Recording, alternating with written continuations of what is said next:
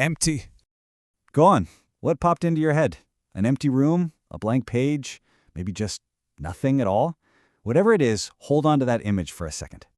Because, and you're going to want to hear this, one of the most powerful ancient texts on this very subject says our modern idea of empty is completely upside down. Now, listen to that again. This totally reframes everything. Emptiness isn't about what's gone. It's about what's left.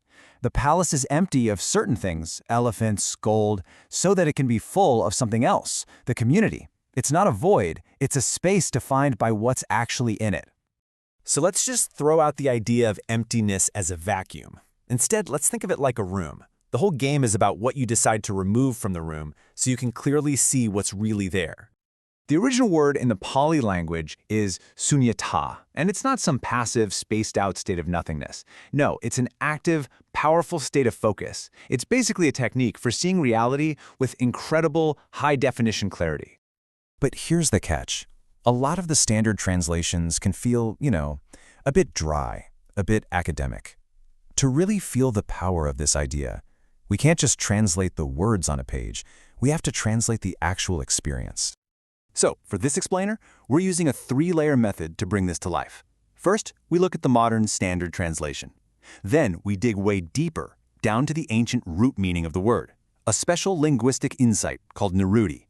And finally, we translate that deep meaning into what you're seeing right now, a visual story. Okay, theory is great, but how does this actually work? Well, it turns out the original text isn't just philosophy. It's an instruction manual, a step-by-step guide for decluttering your mind. And it's so smart. It starts with the big, noisy, obvious distractions on the outside and then moves inward, layer by layer, getting more and more subtle as it goes. Step 1 is to let go of what's called gamma sanya. Now, the modern translation is just village perception. Okay, but what does that even mean? Using niruti, we find the root meaning isn't about actual buildings. It's about the constant noise of the village. Your job, your social media feed, family drama, all the different hats you have to wear every day. It's mental static. So, you just mentally set down all of that social noise. Poof. The room of your mind is now empty of all that static. But remember, the room is never a void. So, what's it filled with now? You're now left with aranya sanya. The first translation is wilderness perception. But again, it's not about picturing a forest. The deeper feeling, the real meaning, is the sense of open, unstructured space. That feeling of freedom and quiet you get when all that social pressure just melts away. Next, you let that wilderness idea go and focus on something even more basic, pathavi sanya, or earth perception. And you're not thinking about details like hills or rocks. Nope.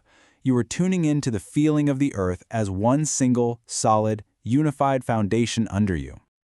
The text has this amazing metaphor for this feeling. It says your attention becomes like a bull's hide that's been stretched out by 100 pegs until it's perfectly smooth without a single wrinkle of distraction. Just one solid, unwavering perception. Okay, so we've decluttered our view of the physical world. Now this is where the practice really levels up, heading into realms that are purely mental. So you let go of your focus on that solid earthiness. And what's left when you take away the ground? Just space. Not the space in a room, but the idea of boundless, infinite space stretching out forever in every direction. And then you make the next move. You let go of the object, that infinite space, and you turn your attention to the subject. You focus on the consciousness that was aware of the space in the first place. And you realize, whoa, my awareness is just as infinite as the space it was watching. Are you seeing the pattern here? It's the same exact move every single time. You intentionally empty your mind of one label, one perception, so that you can become totally present with the more subtle reality that was always there underneath. This is so important. It's a process of refinement, not destruction. So, where's all this leading? It's all building to one final step, the ultimate mental declutter. It's called Animitta Citta Samadhi. It translates to concentration without a sign or a label. You've let go of space. You've let go of consciousness as a thing you look at.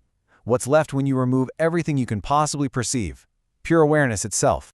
Just here. You're not focused on anything. You are simply, purely, vividly present. This is it. This is the state the entire practice was leading to. So let's just nail this down. Emptiness, or sunyata, isn't a vacant, spooky void. It is a sharp, powerful kind of focus. It's about seeing what is there by clearing out what isn't. And the best part? It is a skill you can actually practice. It is the ultimate mental declutter. And that brings us right back to the beginning. Your mind is a room. So after all this, what's in your room right now? What's the mental clutter you could choose to set down? And in that quiet space that's left over, what will you discover is actually truly there?